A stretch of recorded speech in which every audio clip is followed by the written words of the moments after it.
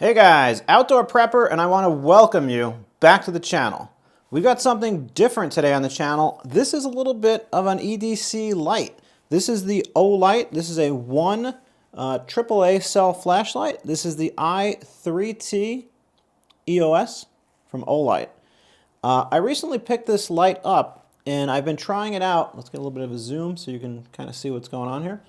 I've been trying this light out for the last couple of weeks. I've been trying it as my EDC light, and I wanted to make this video today to just talk about it a little bit and tell you kind of what I think about the light, what are my use cases for it, and maybe some things that I don't like about it.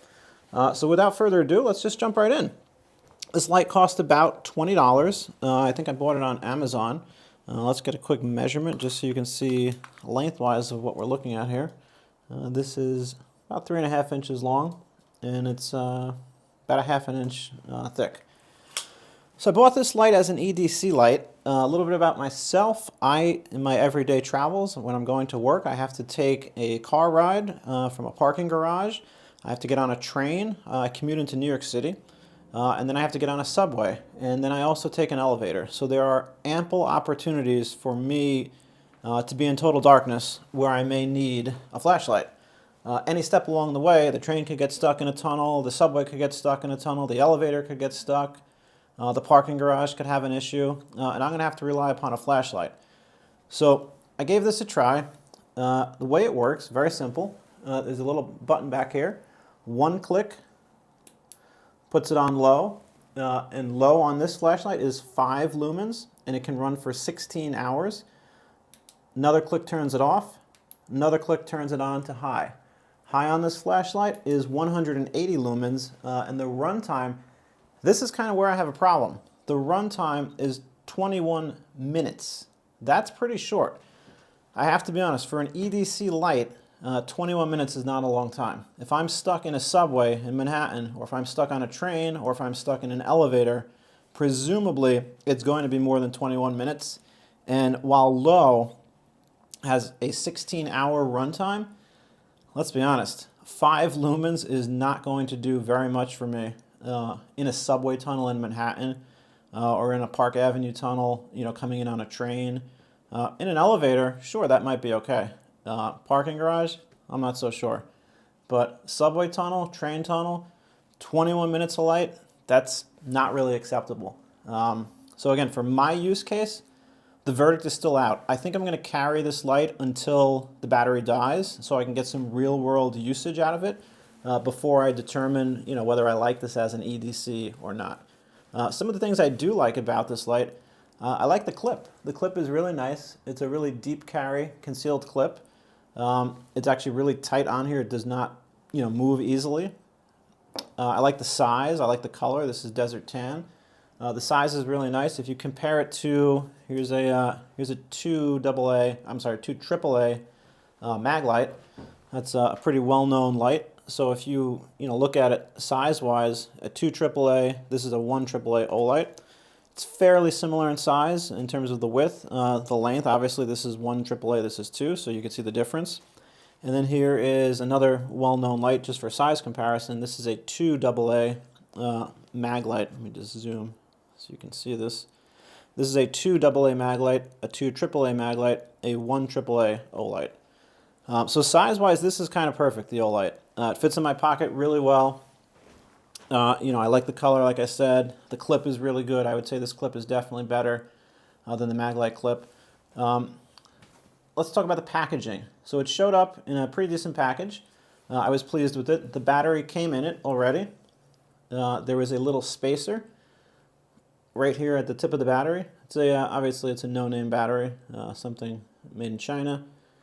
There was a little spacer in here so the battery, could not activate if somebody hit the button in shipping.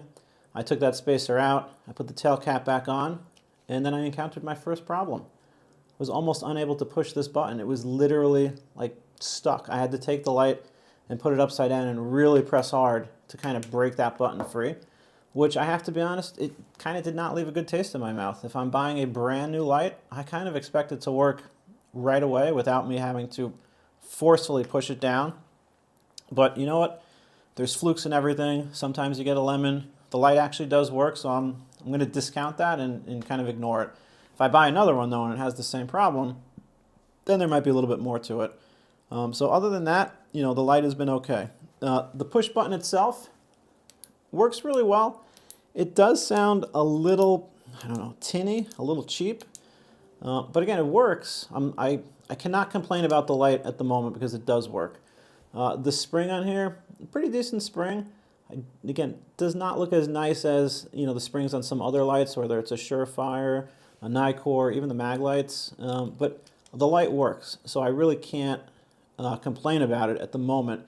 My biggest concern really is the 21-minute runtime on high. High is 180 lumens, low is 5 lumens, low is 16 hours.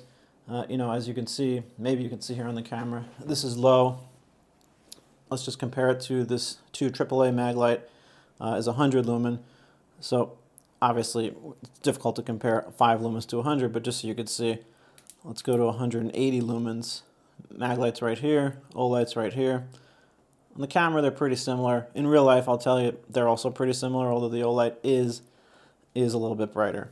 So that's kind of my initial impressions of the OLight.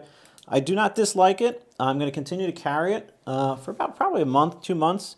And let's get some real-world usage out of it, and then I'll do a follow-up to this video. I really want to see in real-life usage, how long does the battery last? What is the life expectancy that I should expect? And what do I use this light for? I drop something behind the desk. I need to look for something in a cup holder in the car, maybe under the seat. Everyday usage for a flashlight. If I'm doing something really intense, obviously I'm not going to use a AAA powered OLight, but for an EDC light, so far I like it. Again, my concerns are very legitimate though. If I needed a light in a train car, in a tunnel, in an elevator, which is part of my daily life getting into Manhattan, this might not be the best candidate, but let's see how it works out in 30 days. So thanks for tuning into the video. I hope you guys liked it. This is Outdoor Prepper. I'm going to do a follow-up to this in about 30 days, and then I'm going to do several more flashlight videos, and we're going to talk about kind of what I think is the better flashlight, and that may be an OLight, that may be a Coast flashlight, that may be a Stream light, that may be a mag light. Who knows? Tune in and we'll find out. Thanks for watching. Hit that like button and subscribe.